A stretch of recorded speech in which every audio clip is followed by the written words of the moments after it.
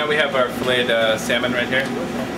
Most important thing is whenever you are grilling, you want to make sure that you keep the grill very, very hot, and that each piece of fish is very, very covered in oil or some sort of spray. But you want to make sure that the fish does not stick to that grill.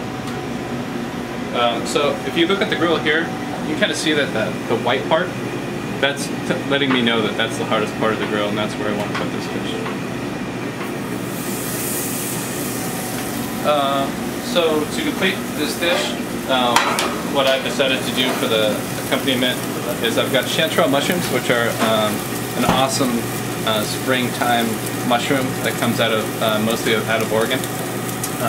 Also have some guanciale, which is a house-made bacon that we do here, but you can easily substitute a pancetta or even just slab bacon. If you get the thick slab, it's a little bit better. Has a little bit more substantial bite to it, as opposed to if you just use little bacon strips, because then you kind of end up with bacon bits, which isn't really what you want to look for in this particular dish.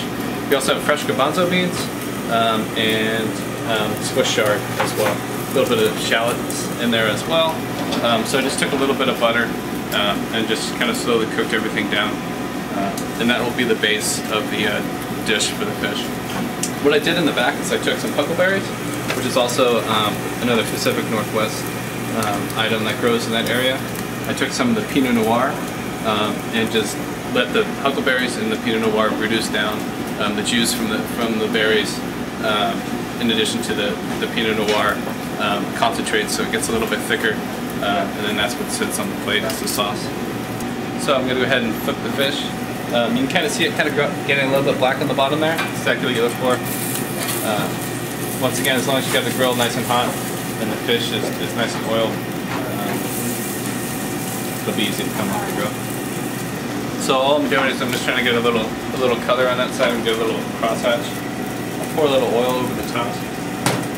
That'll kind of flame up a little bit, so that'll give me a nice grill marks, and also getting the other side oiled, so when I flip it over, it won't stick to the grill again.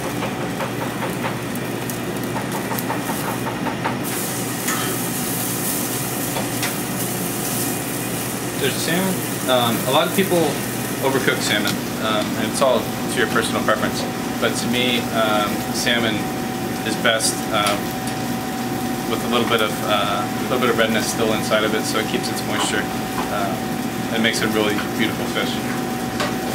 So I take my vegetables, the garbanzo beans, chanterelle mushrooms, Swiss chard, kind of just put it on the bottom of the plate. Just give yourself something a little bit of height, so you can put that salmon right on top.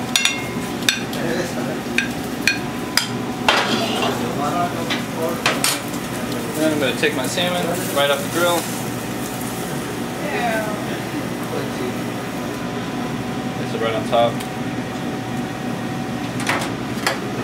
And that huckleberry sauce with the Pinot Noir reduction. So you just want to get some of the berries, some of the sauce. And just goes right on top. You need to take some of that and kind of go around the outside with it.